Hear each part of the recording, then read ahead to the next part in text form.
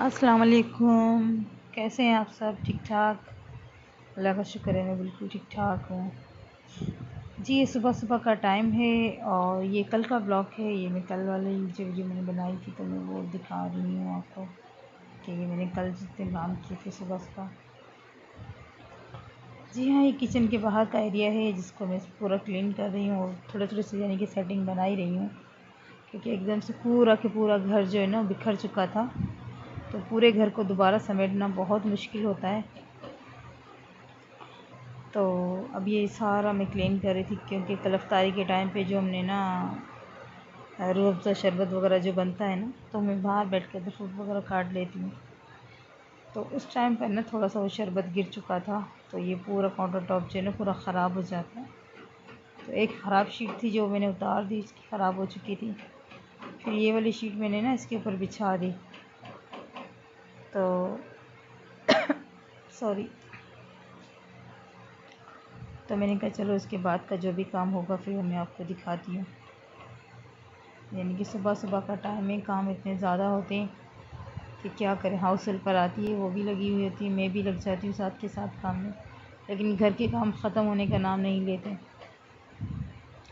मज़ीद भी छोटे मोटे काम बहुत ज़्यादा थे जिनको मैं कर रही थी, लेकिन फिर भी काम नहीं ख़त्म हो रहे थे। बस परेशानी तो थी, अब क्या करें, काम तो पूरे करने ही है ना। काफ़ी नीचे जनरली ये होता है कि सुबह सुबह पार्लर भी जाना होता है, बच्चे को भी स्कूल भेजना होता है, और मज़ीद भी छोटे मोटे काम इतने ज़्यादा होते हैं कि पूरे घर को देखना। क्योंकि ये टाइम ऐसा होता है कि सुबह का ही टाइम ऐसा होता है कि जिसमें काम ज़्यादा होता है। हर घर में इतने काम होते हैं, तकरीबन सब घरों में सुबह सुबह सब घर वाले जितने भी होते हैं, तो मर्द हज़रात तो चले जाते हैं बाहर, लेकिन पीछे औरतों के लिए बहुत काम होते हैं। हमेशा वो मत बोलते कि तुम लोग घर में करती क्या हो, लेकिन भाई एक दिन वो लोग काम करेंगे तो उनको पता भी चल जाएगा। लेकिन माशाल्लाह मेरे हस्बैंड तो मेरे साथ काम करवाते हैं, क्योंकि हम दोनों ही मिलकर ना पूरे घर को देखते हैं। तो बस ये सुबह सुबह की रूटीन थी। ये देखो मैंने पूरा क्लीन करके, ये किचन के बाहर का एरिया था, ये मैं आपको जी हाँ। इसके बाद मैं बाहर आ चुकी थी। जो मैंने अल्लाह के नाम जो लगाए हुए थे बड़े सारे वो दीवारों पे, तो फिर वो सीनरियों को पुइयों को मैंने साफ़ किया। और चलो मैंने कहा शीशे की है ना, तो ये इनको अच्छे से साफ़ क्लीन करके रख देती हूँ, हस्बैंड आएंगे तो शाम को लगा देंगे। असल में थोड़ा बहुत और भी काम छोटे मोटे रहे हुए हैं, क्योंकि मज़दूर मिस्त्री जो काम पर आते हैं ना वो आ नहीं रहे हैं अभी तक। उनकी वजह से ये पूरा घर जो अभी तक मेरा ना सेट नहीं हो रहा। मैं खुद भी परेशान हो चुकी हूँ सबसे। मैंने हस्बैंड को बोला है कि चलो भाई ठीक है, अभी नहीं हो रहा तो छोड़ दो, क्योंकि ऊपर से लॉकडाउन का जो चक्कर चला हुआ है ना, अभी अल्लाह माफ़ करे, पता नहीं क्या होगा।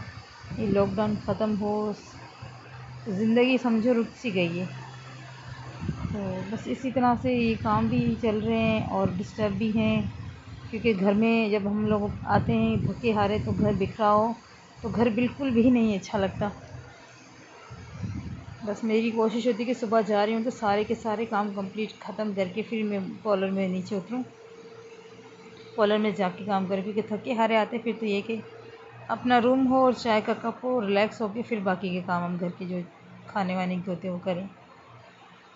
लेकिन अल्लाह का शुक्र है, ये भी मेरे सारे काम छोटे मोटे जो हो चुके थे काफ़ी हद तक ख़त्म हो गए। बस एक मेरा जो बेडरूम है ना, बेडरूम के अंदर की चीज़ें वो भी मैं आपको दिखाती हूँ कि कितनी बिखरी हुई हैं। आप देख लेना जब वो बन के रेडी हो जाएगा, क्योंकि उसमें भी पर्दे वर्दे सब लग चुके हैं।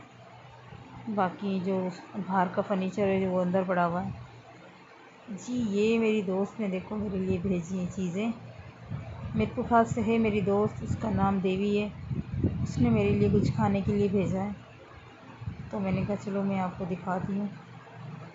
ये इसमें इन्होंने ना मांडा पट्टियाँ थी वो भेजी हैं इन्होंने, और एक पापड़ है वो भेजे हैं इन्होंने, और उसके बाद और क्या, और भी एक पापड़ थे तलने वाले वो भेजे हैं इन्होंने।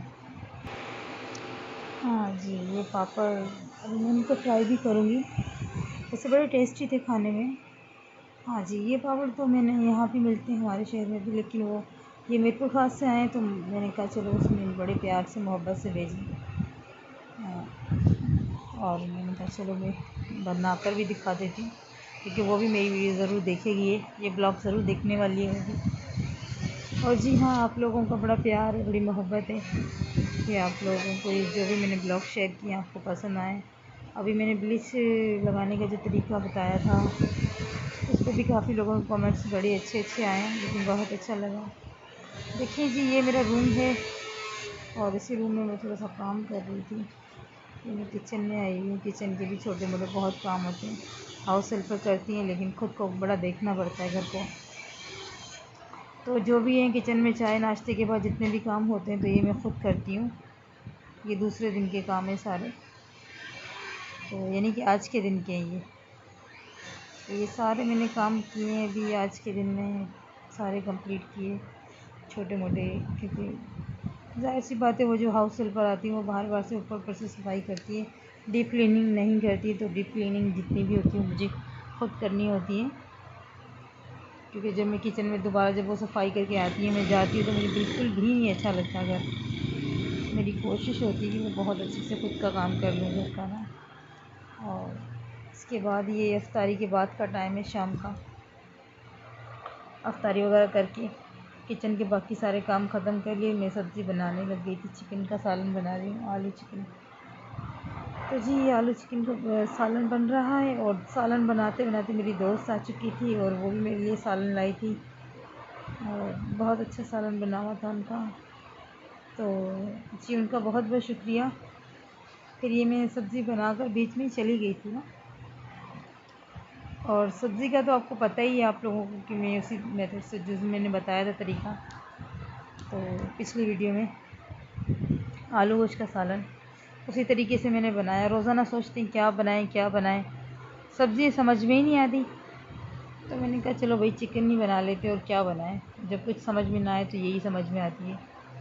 और सब कुछ चीज़ें खा भी लेते हैं, लेकिन हस्बैंड बिल्कुल नहीं खाते, उनको पसंद नहीं है।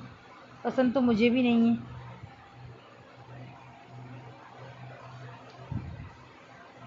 लेकिन सोचते हैं कि क्या सब्ज़ी होनी चाहिए।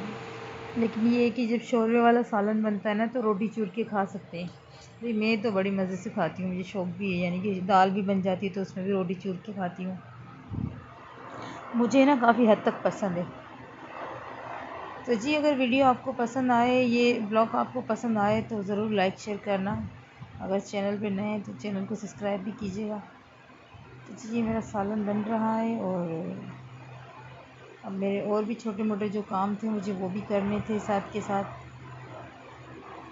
और वो कंप्लीट करके और मैंने कहा चलो कुछ और काम देखते, लेकिन बीच में मेहमान आ चुके थे, फिर उनको भी टाइम देना था।